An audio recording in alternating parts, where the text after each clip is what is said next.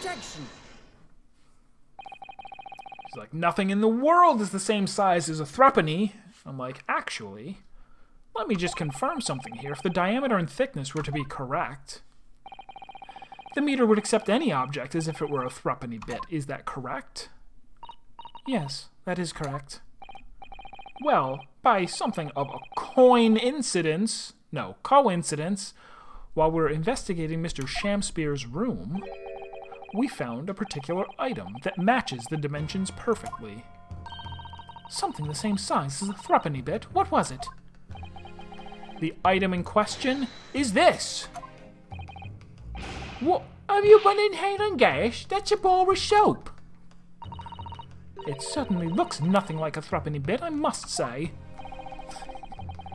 Looks like I'm going to have to point exactly what I mean here.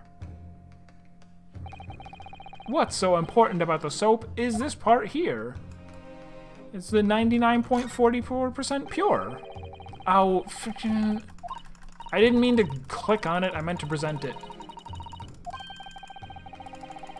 Go. Go. I didn't mean... She's like, present this part to the court. You have to turn over the soap to see what I mean. But don't drop it. Are you referring to that round depression in the middle of the soap there? That's right. A depression that's approximately 3/4 of an inch in diameter or 2 centimeters in diameter, depending on which text box you're reading, because they say two different things. Or in other words, almost exactly the same size as a threepenny bit. Get away! Does anyone here present have in their possession a threepenny bit? Quickly now, hand over your coins, ladies and gentlemen.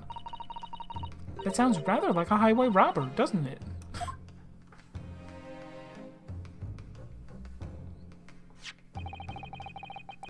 Thanks to a kind member of the public in the gallery, I have here a threepenny bit.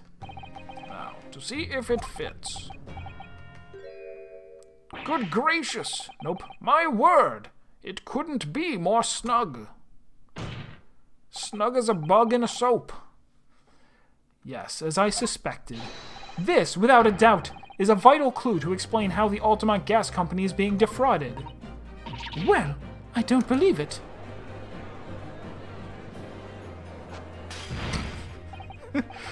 So, your assertion amounts to what? That some inferior bar of soap has a tentative connection to the theft of gas? Yes! The depression in the soap was clearly made by a threepenny bit. I must concur at least that pushing a coin with some force into a poor quality bar of soap such as this is a remarkably simple way of replicating the coin's shape.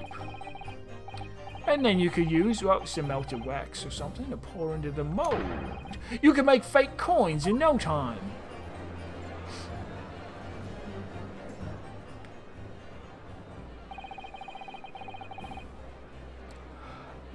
Oh, it was cold outside. Okay, so he took a penny, pushed it into the soap to make a mold, filled it with tea, perhaps? Filled it with tea, I think, because it was reddish. Then he put it outside on the window to freeze so that he could then take it back and use it in the coin machine. This brings all the pieces of the puzzle together. It's the method Mr. Shamspear's been using to steal the gas. That's the missing link. Ice Electra, thank you for the follow. I hope you are enjoying. Currently, this is the only game that I'm playing. is the Great Ace Attorney Chronicles. And now, if I follow the chain of thought, it's going to bring me to a new explanation for what happened that nobody's considered yet. But this is all nonsense. If the man had been making fake coins, my worker here would have found them when he emptied the meter. Quite true, Lady Altamont, in the absence of some black magic that could make them disappear. Perhaps a spell. Perhaps a spell that causes coins of a certain color to disappear. I see. That's what we're dealing with, is it? There is one form of black magic that could cause the fake coins to disappear into thin air, yes. Oh, I'm sorry. There is one form of black magic. Can't miss a single opportunity. Exactly, and the meter here gives it away. What on earth? There are remnants of the magical method used visible on the gas meter taken from the victim's room. If that is your assertion, counsel, the defense will identify these remnants for the court at once.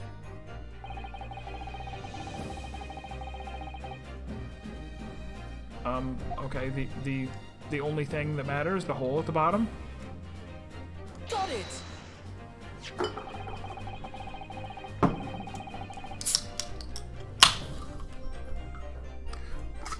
We found this bar of soap at the scene of the crime, just outside the victim's window.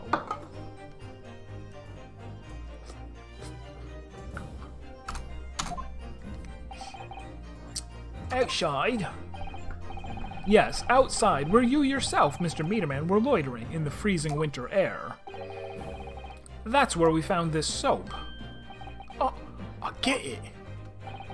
That's right. The answer, of course, is ice. Did you say ice? Mr. Shamspear has been leaving soaps like this outside his window each evening, filled with water. After a night outside in the bitter cold, the water is completely frozen solid the next morning, and it is expanded so that it's not the same size and it doesn't work. Man. Thwarted by physics. Water expands when it freezes. Then he takes his fake coins of ice and feeds them into the gas meter, giving him light and warmth in spades. As his room becomes very comfortably warm, the ice now inside the meter's coin box melts, turning back into water or tea, and draining harmlessly away through the small hole made in the underside of the meter. That is how, without leaving any evidence of his wrongdoing, this man has been stealing Altamont gas.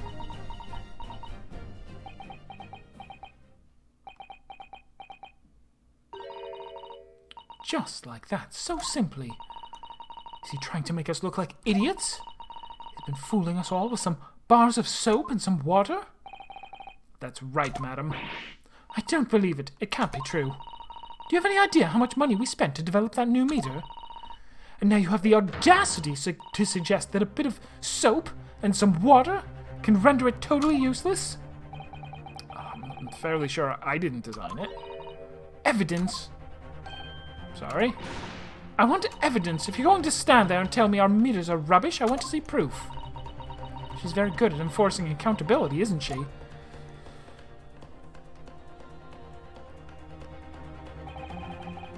Very well, Lady Altamont. If you'd like evidence, I'll provide it. What?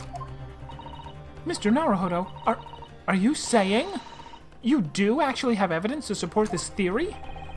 I did notice a trace of something that bothered me a little at the time. And I have a feeling that this theory we've come up with could now explain it.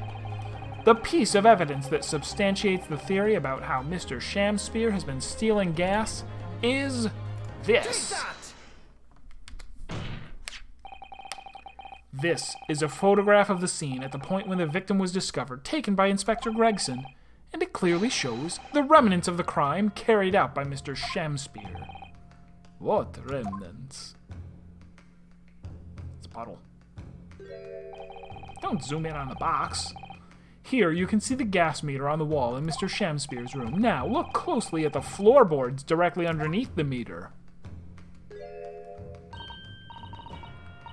What is that? Some kind of grubby stain? Almost certainly, it's a water stain resulting from the liquid that drained out of the hole made in the meter. If one coin gives around 2 hours of gas usage, and the occupant was heating his room in all his waking hours, we can imagine he would have used around 10 of his fake coins each day.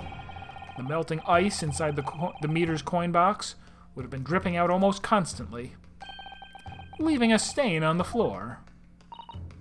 This is awful. And there's further evidence, too. Mr. Shamspear is slumped over his table, apparently having consumed strychnine. And right there next to him is a bar of soap broken in half. You're right. It would appear to me then, Counsel, that the man was eating the soap, was he? Pardon me for disagreeing with your lordship, but certainly not. He didn't beat about the bush there, did he? In truth, Mr. Shamspeare was found with a fork in his hand. A meal of soap is sounding increasingly likely. Do you mean to say he was using that fork to... Yes. To extract a frozen coin from the bar of soap. What, he can't just pick it up? Wait, does he need a new bar of soap every time he does this? Because I'm pretty sure bars of soap cost more than threepence. Do they? Maybe not. But the bar broke in half. So perhaps it didn't go very well. Good gracious!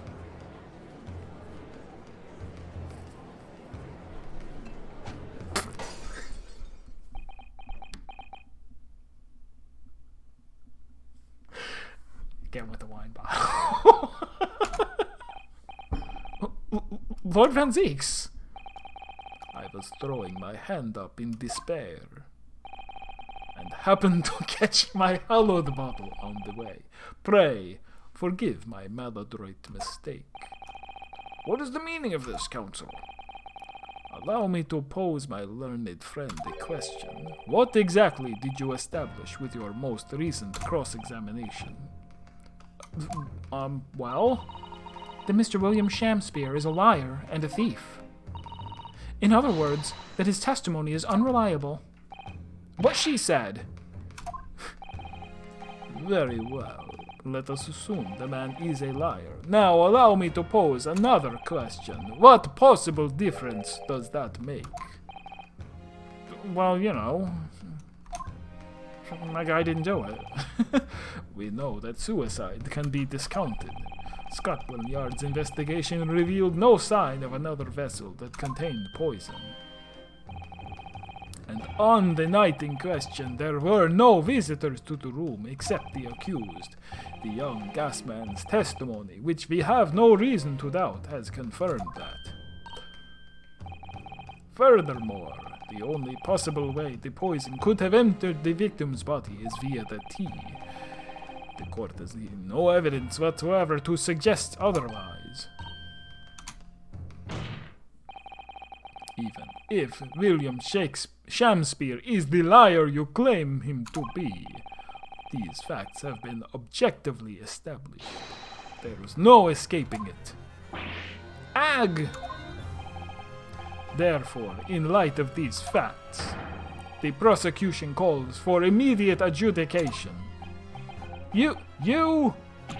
What?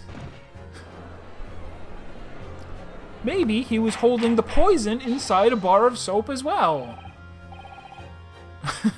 Order, order. Well, Counsel, how does the defense respond? Mr. Naruhodo! What was the point of that last cross-examination? Did it actually get us anywhere? Or did it make no difference at all, like Lord Van Zieks is saying? Whoops, I hit the button. No, this isn't over. The defense will not rest. What? But Counsel, you've successfully explained everything. You've identified and substantiated the unscrupulous method employed by Mr. Shamspeare to consume gas. What more is there to discuss? Lord Van Zieks just highlighted 3 facts. Big sarcasm quotes around that. But contrary to what he would have the court believe, not all of them have been objectively established at all. What are you trying to say, my Nipponese friend? At least one of those so-called facts is an assumption, making an ass out of you and umption, made due to a lack of evidence.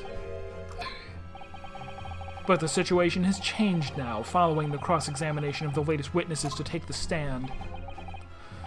Don't be absurd. What is this nonsense? Yes, when you bring everything we've learned so far, together and consider it as a whole, it's clear. There's a question that we now need to reconsider, namely...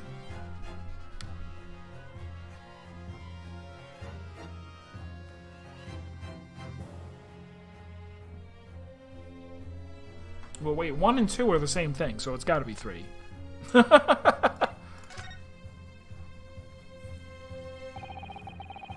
We've all been led to believe that the strychnine poison that afflicted Mr. Shamspeare was in the tea brought to him by Mr. Natsume, but that's conjecture at best. The victim has testified that nothing else passed his lips that night. There is no other possibility.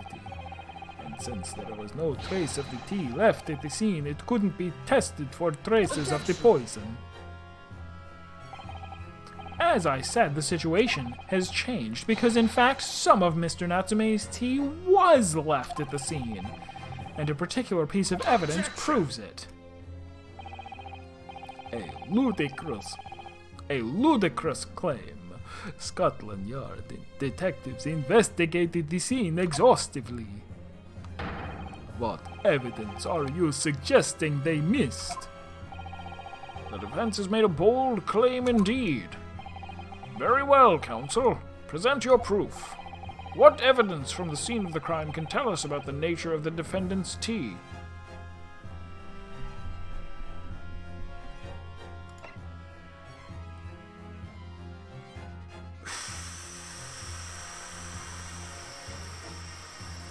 So, there's this part that shows Mr. Natsume drank his quickly, and the other guy drank... No, that doesn't help us. Or do they want... See, here's again. Now I wonder, did he use the tea to make the coins? And that's why it was a reddish medallion. I guess I'm going to try presenting the soap.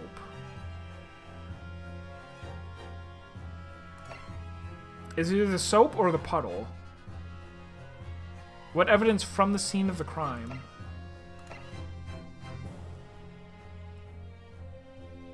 Do I present the bar of soap and he's going to be like, the coin that we found inside was tea-colored?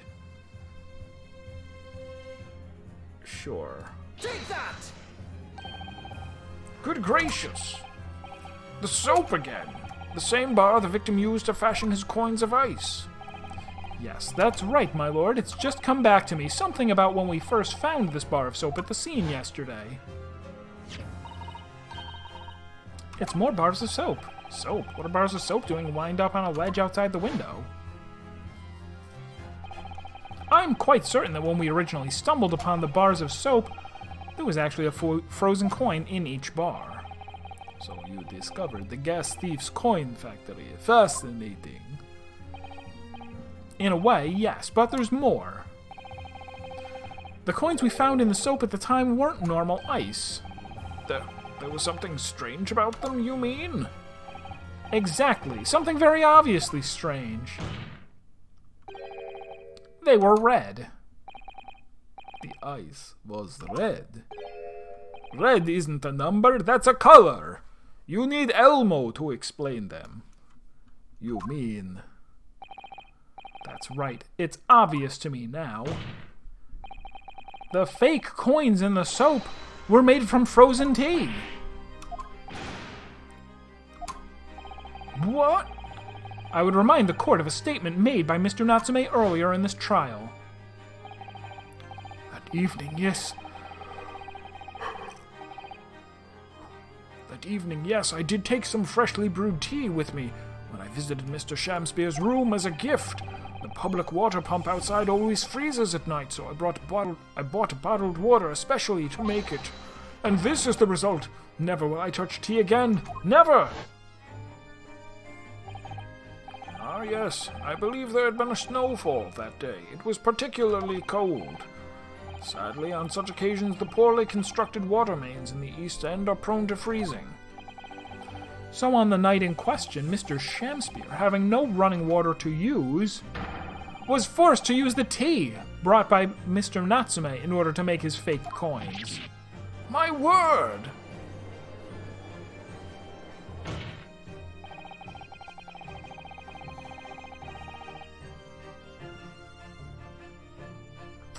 this isn't going to be the end of the case, is it?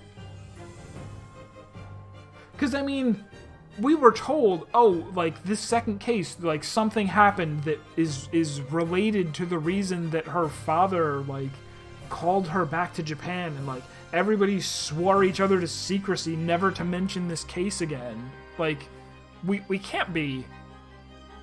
It's not gonna just be like, oh, okay, we figured it out. He made tea coins and then put them in the slot, and then he drank what was left over and he got poisoned, and then he hid it. He hid the fact because he... No, wait. Then we still don't know where the poison came from. Never mind. There were 2 bars of soap on the window ledge when my judicial assistant and I investigated the scene. That's right, and we only borrowed 1 of them. Which means that even as we speak... Oh, that's a good idea. I forgot about that. Even as we speak, some of the defendant's tea is still present at the scene of the crime, frozen solid in a bar of soap outside Mr. Shamspeare's window. Extraordinary! Earlier today, Inspector Gregson informed the court that if even 1 drop of the tea remained, Scotland Yard would be able to analyze it for poison. As such, we're now in a position to prove or disprove what has until now been mere conjecture, by finding out for sure whether or not Mr. Natsume's tea actually contained strychnine at all. This is a dangerous thing to do, because we don't know the answer to that. It could be that we went through all this trouble to finally be like, yep, the tea did contain strychnine. And then we have to go like, but that doesn't matter. Does that really matter? It could have come from anywhere. It could have been aliens. You smug Nipponese. My lord, we cannot do the defendant the injustice of passing judgment now. The police should be dispatched to recover the remaining bar of soap from the scene at once. And the defense requests a thorough analysis of the frozen tea embedded in it, to determine whether or not it contains any poison. Yeah, this is not necessarily going to help my case at all.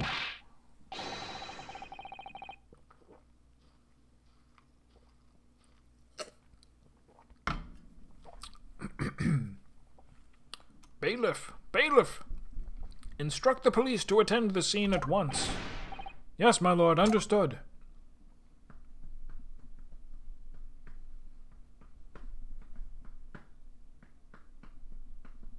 It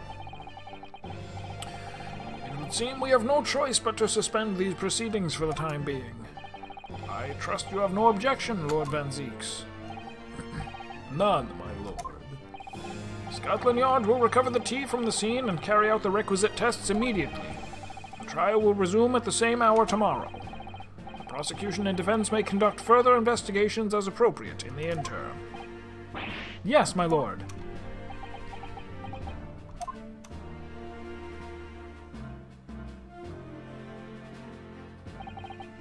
Well. We managed to scrape through there somehow. Thank you, counsels. Court is adjourned until tomorrow.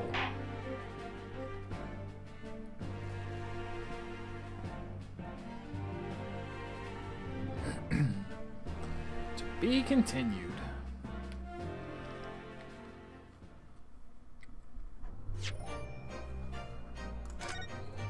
I was gonna stop here, but I guess we'll keep going, because I ran short yesterday, so we'll go and do the beginning of the investigation. Whoops.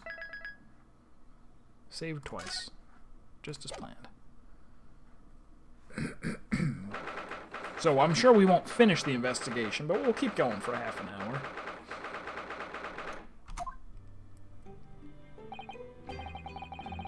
Phew, we made it back in one piece. Just. To be perfectly honest, I thought we were finished there for a while.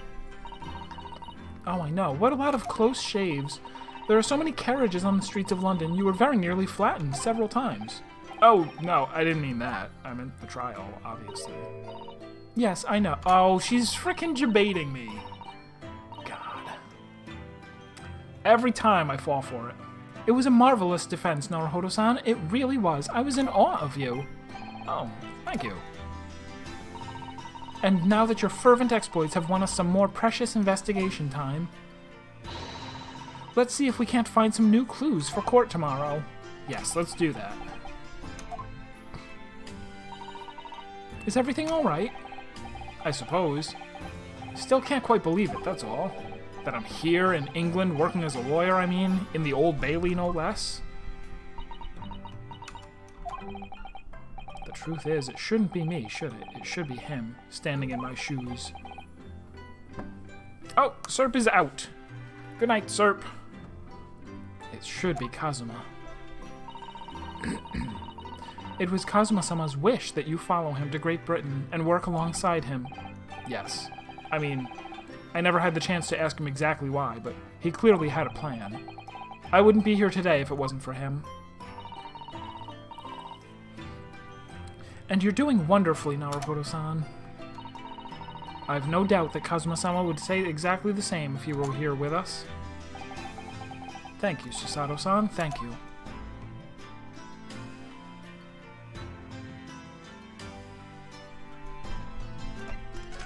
We're on the move. Whoops.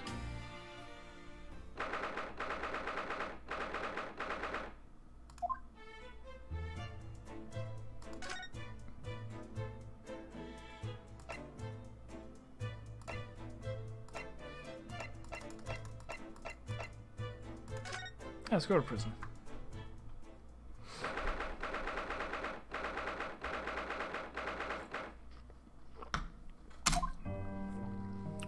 Oh, he's not here.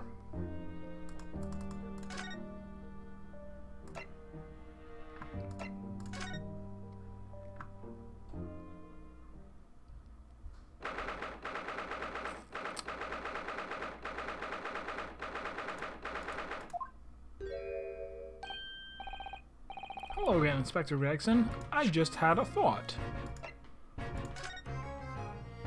Oh, okay, that's still... I was like, was this hole and board not here? But it was. See? There it is. I mean, and there it is in the picture. What are you doing here? Well, we were hoping to have another look around, actually. The lawyer representing the defendant has a right to examine the scene, as I'm sure you're aware.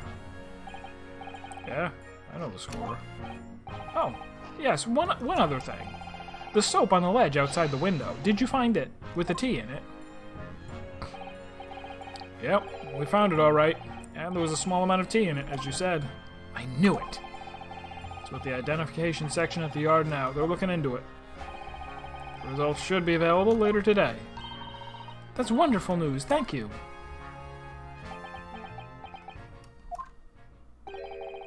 Pretty impressive performance in court this morning. Sorry? Nothing. Forget it. Just make sure you don't disturb anything in here.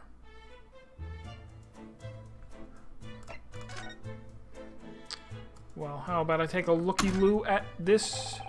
Oh. If you run out of change, you wouldn't even have any light, let alone heat. For the needy, London's winters can be very harsh. That's true. But if you think about it, even the wealthy would find themselves freezing if they ran out of small change. London's winters can be very harsh for the forgetful, too, then. Frankly, I'm starting to wonder if Susato-san and I are going to make it to spring. That's true. We don't even have a meter at Baker Street, let alone a gas stove. Look how dark the stain on the floor underneath the meter is. Yes, from all the water dripping out after the ice coins melted, as you established in court this morning. I am pretty proud of figuring it out so fast. Like, as soon as they... I think even before they showed the hole, I was like... Did I might have had an inkling, and then as soon as I saw the hole, I was like, that's what it is. He's making ice coins and putting them in. It's a very large and obvious stain, isn't it? Mr. Shamspeare must have used an awful lot of ice coins, I suppose. It was an ingenious idea, I'll give him that.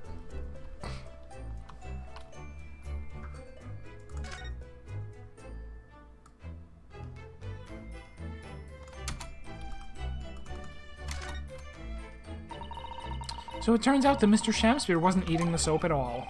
That's right, the mystery of why he had it on a plate whilst holding a fork in his hand is solved. Yes, to prize his latest coin out of its mold. There was a there's a subreddit that I go on a lot called English Learning, where it's just people who are learning English go there to ask questions for native speakers to answer. And one of them, they were asking, are price and prize the same? Are they the same word? Do they have the same meaning? And people were like, oh, no. Like, they were like, my teacher said that they were. Or a bunch of people were replying, no, that's incorrect. They're two different words. One means this, one means that. And somebody brought up the word prize, as in to pry something out. And then someone else was like, no, that's P-R-I-E-S. And it's like, no, there's a different word that spells prize. And he's like, why are you bringing that up to somebody who we're not even talking about that word? And they got into this, a Reddit argument, basically, over whether or not to bring up the word prize when talking about prize and price. But I was like, at least I have heard of that word. It seems to come up in Final Fantasy XIV a lot, as do a lot of other obscure words. Also, they spelled mold with a U. That's weird. And in the process, he accidentally broke the bar of soap in two. It certainly was hard to imagine, let alone deduce. Well, what else do we have to look at? Cups? Ah, the ill-fated teacups from which the two men drank on the ill-fated night. During their heated literary debate, yes. Who's stronger, Romeo or Juliet? Sounds like it was quite a discussion. Now I think of it, I'm sure that the two lovers in the play ended their lives with poison. I didn't even think of that. No, wait. No. Didn't Juliet stab herself? Oh, happy dagger. Yes, she stabs herself. Wait, do they both... No, hold on. She drinks fake poison that makes it look like she's dead, and then Romeo shows up at her funeral and kills himself, and then she wakes up. Do they both well, maybe he's gonna correct her. That's fiction, Mr. Sato. Let's hope it stays that way. No, wait, no. He totally doesn't. He maybe Romeo drinks poison, but she stabs herself for sure. Her final line is, "Oh, happy dagger, like something in my breast."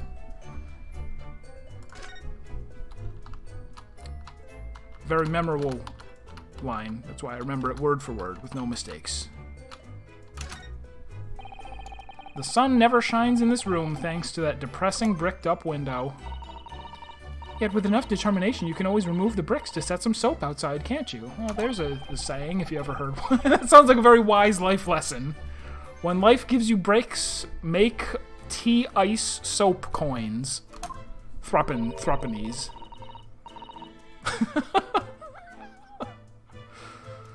Only if you plan to follow a life of crime, Mr. Naruhodo.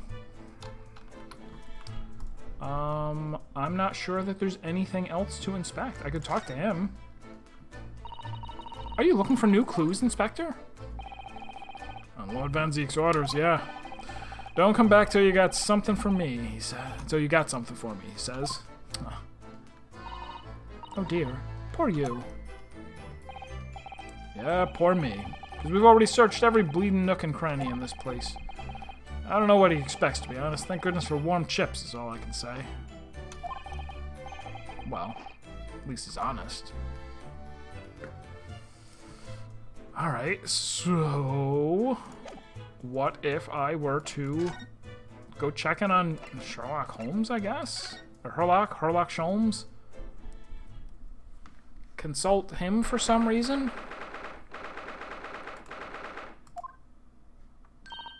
Oh, Runo and Susie, hooray, you're back.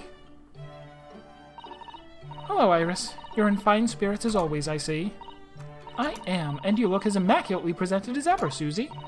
Oh, you flatter me. Well, you couldn't have come at a better time. I've just made a pot of tea. I'll set some cups. She's the real killer. Really? Thanks, Iris. But actually, what is that foul smell? Aha! The Wanderers return at last. Where on earth have the pair of you been? Have the pair of you been? We've been in court? Oh, For Mr. Mustache's case. That was today, was it? I'm sure I mentioned it only yesterday, Mr. Sholmes. Romeo kills himself by drinking poison, and Juliet stabs herself with Romeo's sword. Where did Romeo get the poison?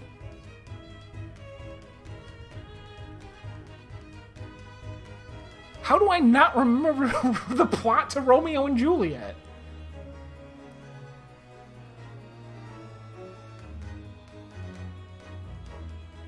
Does he have poison because he's going to poison someone? Or does he show up with poison because he was like, I will kill myself? No, hang on. Rosencrantz and Guildenstern do something, right? I don't know. I'll read Romeo and Juliet again someday. Well, we can laugh about it now. Also, probably spoilers. Probably spoilers for this case. Romeo and Juliet are going to show up at the end. So tell me, how did the trial go? Reasonably well so far. We managed to escape without a guilty verdict, at least. Really, I would have liked to have seen it. And I must pass the time of day with Mr. Reaper again. It's been too long.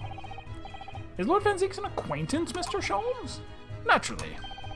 There's not a person in the world who doesn't know my name, Mr. Naruhodo. Not quite what I asked, but still. Mr. Sholmes, whatever is that odeur? Yes, what is it? It's faint, but absolutely awful. Ah, indeed. That's the scent of victory, my dear fellows. Victory in science. He bought it from an apothecary along the way to see Juliet. Oh, is it the guy who says...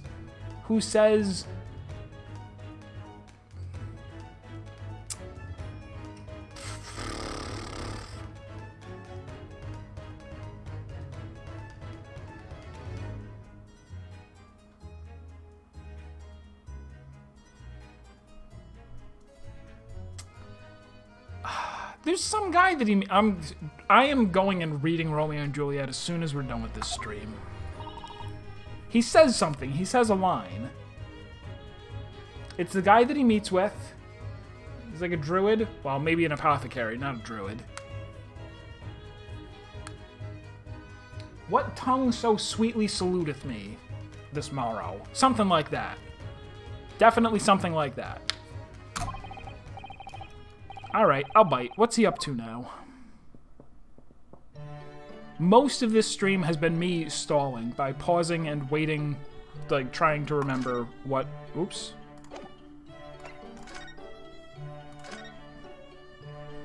Trying to remember lines from Shakespeare.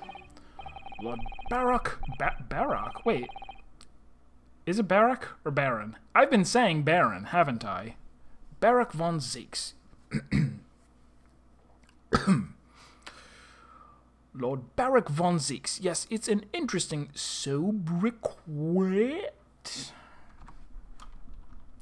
Stall some more. What is a sobriquet? Sobriquet. Both are correct. Sobriquet or sobriquet. A nickname. Seems like a word I should have known. Yes, it's an interesting sobriquet he has, isn't it? The Reaper of the Bailey. Once the legendary prosecutor has fought for someone's conviction, that person is doomed. Even if he or she is found not guilty by the courts, sooner or later the hapless soul will vanish from the capital. But vanish how exactly? Are they demoned away? By falling under a passing carriage, or drowning in the Thames, or succumbing to a sudden fever, or quite out of the blue being set upon by a highwayman. There are a number of routes to one's final terminus, my dear fellow. Well, seems a little far-fetched, really. Well, on the bright side, Mr. Mustache is fighting fit, for the time being, at least. That's not overly reassuring. If the rumors are true, though, the obvious conclusion would surely be that those acquitted are, well, by Lord Van Zieks' own hand. As it happens, Miss Susato, that is quite impossible. Oh? Why? Naturally, the man very quickly came under such suspicion.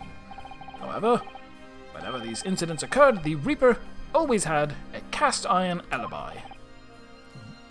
Really? And so his reign continued, but 5 years ago, he vanished from the courts, never to appear as a prosecutor again. That is, until you arrived in the country, Mr. Naruhodo. Yes, so I've heard. In fact, it was the very day I arrived when I was thrust into that trial at the Old Bailey. That bitter fight to the death coincided with the Reaper's resurrection, and really did end bitterly indeed. And here you are, facing Mr. Reaper again. Poor Runo. I don't know if you're just incredibly unlucky or incredibly unlikable. I think it goes deeper than just me. I sense a general loathing of all Japanese people. We're finally talking about it.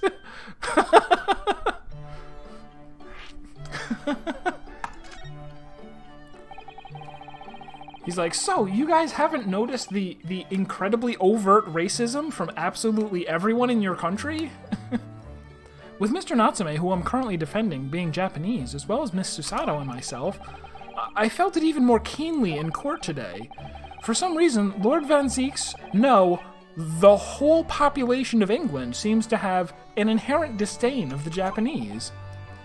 Indeed, it is an interesting observation. Do you know something about it? Do you, Mr. Sholmes?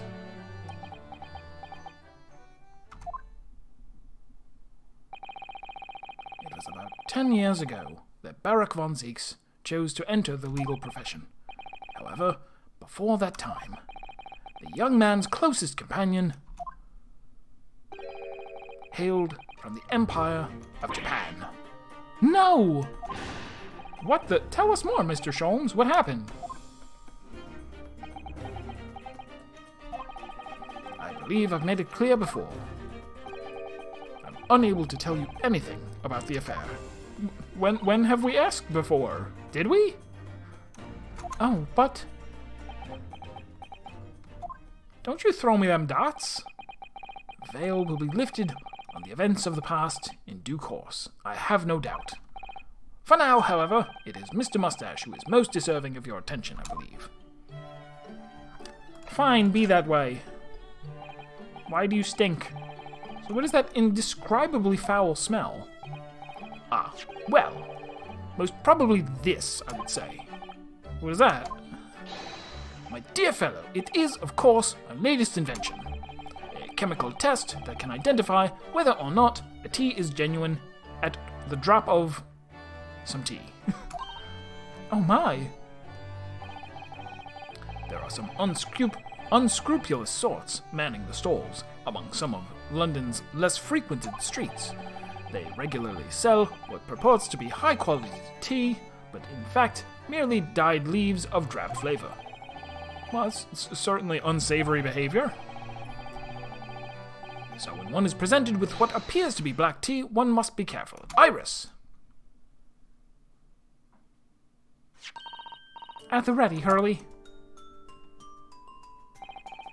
Let us add a drop of my chemical to this tea here. Do you see what happens? Wait, why not add a drop of the tea to the chemical? Then you can still drink the tea afterwards. Right? Blant. It's turned completely black. Is that good or bad? And what a foul odor it's giving off. Indeed, the blacker the tea becomes and the more foul the odor, the better the tea is. It would appear that this cup was a particularly fine Darjeeling. That's very ingenious, but what do you do with that black liquid now? Why, dispose of it, naturally. Surely you wouldn't like to drink it, would you? There does seem to be a rather obvious problem with your new invention, Mr. Sholmes. One that Hiten instantly solved before you even did anything. Hence why this chemical test is merely a test, my dear madame. Right. The point is we are entering a new era of science. In the world of criminal investigation also. Yes, forensic science. Oh, these are such exciting times. I think that's... Wait till you get the internet. It's even better. I regularly engage with this scientific experimentation alongside my unofficial consulting detective work. The Sherlock-Holmes method will be the foundation upon which modern investigative technique is based. This little tea indicant was a happy byproduct of my ongoing forensic science research. Forensic science? I suppose I should find out more about that. Right now. So, your t-test, is that an example of forensic science? Indeed it is. An essential tool in cases that hinge on the knowledge of whether some tea is of high or inferior quality. Not a huge number of cases, then. Perhaps a more practical example is required. Fingerprints? Not yet accepted in our courts as evidence, I might add. Really, we are dragging our heels there. Hadn't even heard of them until recently. Never even looked at my own hands. Which is partly why I undertake research in this field of myself, of course. Does that mean you're studying fingerprints, Mr. Sholmes? There are others in that field already, and I abhor the company of inferior minds. No, what I am researching is skin prints. Skin prints. A nomenclature of my own design, as is this chemical agent that makes it possible. It instantly reveals objects touched by whichever person is under investigation. Brilliant, Mr. Sholmes, and convenient if I were on the DS and had a stylus to pour chemicals with. Oh, I have a mouse. That's just as good. As long as it doesn't turn everything completely odorous and black. I assure you, my dear fellows, you will witness my forensic talents in action very soon indeed. Cool. Wow. I think we should go back to the scene, see if we can uncover any new clues. I was already there. That's the spirit, Runo. See you later. Yes, until later. No, Mr. Sholmes, we were thinking you'd come with us. You were? Yes, of course. You just said so a moment ago. You said we'd witness your forensic talents in action. Oh yes, I do recall saying something along those lines, but you go on ahead. I shall be sure to follow you later, in all likelihood, probably, maybe. Well, I might. Mayhap. Your commitment astounds me. Oh, thank you, Mr. Sholmes. We'll eagerly await your arrival. Bye-bye, Runo. Bye, Susie. Go, not options. Movement.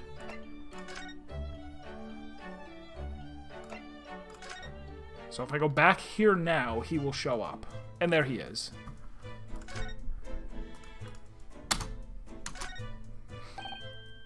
Mr. Sholmes, what are you up to over there? What a question indeed. Was it not your good self who asked me to attend the scene? Oi, what are you doing here, Sholmes? What are you up to over there? What are you doing here? Dear me, once a great detective, one is always under scrutiny, it seems. Is now the time, Mr. Sholmes? Are you about to show us your forensic talents in action as you promised? With the greatest of pleasure, my dear madame.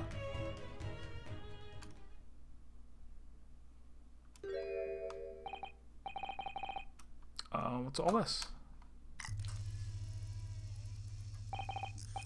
All this is precisely what you requested, Mr. Naruhodo. Sherlock Holmes' sensational skin print Seeker gun. Moments ago, I took a sample from the teacup that was used by the victim. A sample from Mr. Shamspeare's cup? Each individual leaves microscopic secretions on everything he or she touches. A sample of those secretions is all I need to produce this, a refined indicator solution. By liberally spraying the room with this chemical, everything the victim touched is instantly revealed with the aid of these goggles. Here, try them on. There. Now, spray the chemical indicator about, and all will be revealed. Isn't this his room? Which means that everything is gonna have... This is the worst idea. Spray? How do I do that exactly with a mouse? Psh. What is that stuff? It's like fog. A suspension of the chemical indicator in a pressurized gas. It's the most efficient way to cover a large area. There was another invention I discovered incidentally while I was developing this idea. As you do. Go ahead, try it, my dear fellow. We may learn something interesting about the victim's movements. On the night in question, is there any reason why we would only see prints from 1 day ago? Well, nothing to lose, I suppose. Let's explore.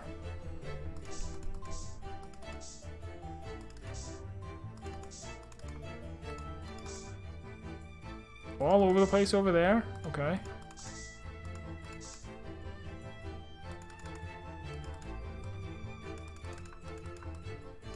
Am I out of spray? I guess they don't really want me using the mouse. Is that it?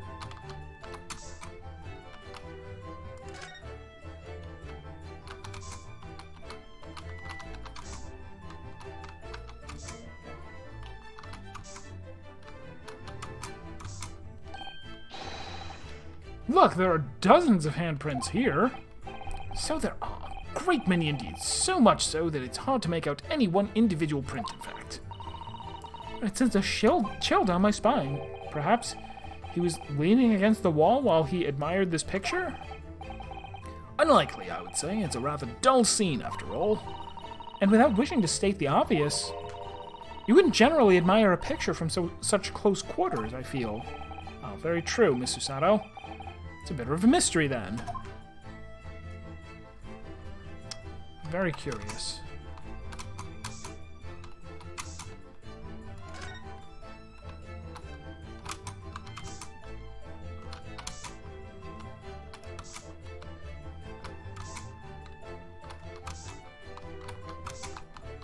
Alright, I guess that's enough, right?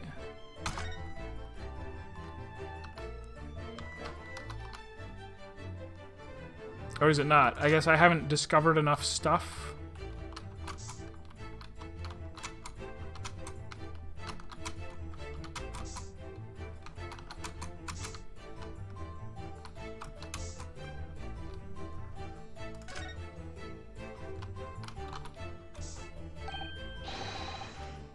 Okay, this again.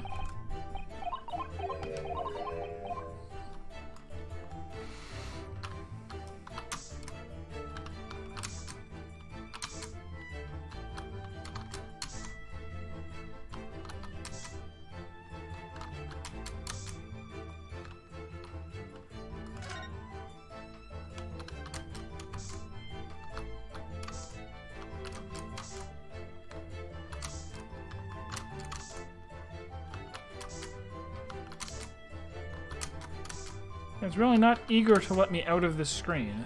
Am I supposed to take something and present it? Nope. Not an option.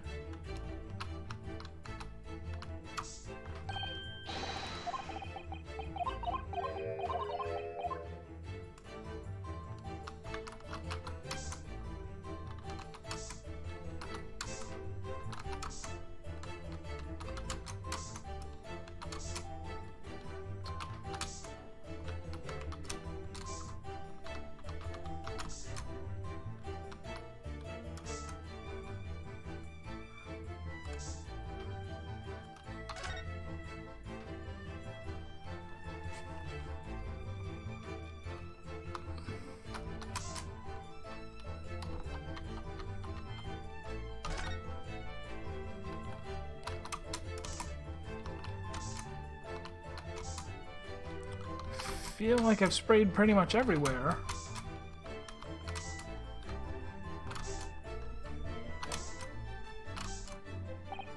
Oh! Alright, somehow I missed that many times. Look at all this here. Ah yes, interesting. A multitude of the victim's handprints. Why are there so many of them on the floor in this one spot? Perhaps he had a bad fall just here.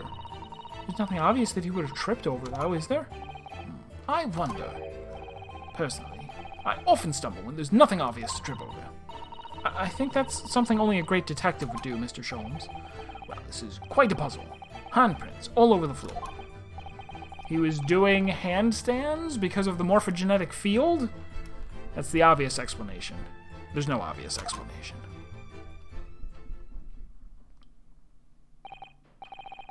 Oh no, look, you can see it's a loose board. He's hiding stuff under there. Well, we sprayed Mr. Sholmes' amazing skin print indicator all over this room, didn't we? We did. But there are 2 places in particular that are of interest, I would say. The handprints on the floor there. And on the wall by the picture, you mean?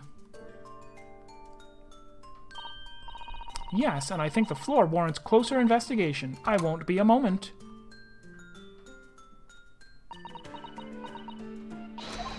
Ah, what is it, Miss Susanoo? Look here, Mr. Naruhodo. One of the floorboards has popped out. One of the... You mean... It's our secret hiding place. Excellent work, Miss Susanoo. So, what do we have in here? Oi, what are you lot doing? Inspector Gregson, stand aside right this minute. It's my job to investigate there. Don't talk with your mouth full. No need, Inspector. You continue to dig into your portion of chips, whilst we dig around in the floor here. Fancy talk. Your fancy talk's putting me off my food anyway, Sholmes. A new bit of evidence is exactly what I need.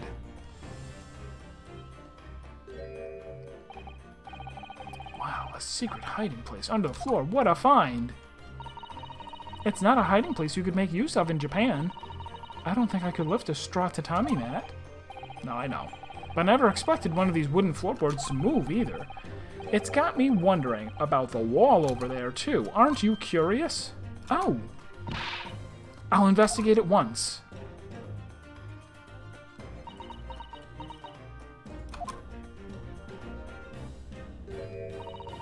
There's nothing behind the picture, sadly. Only the wall. How disappointing.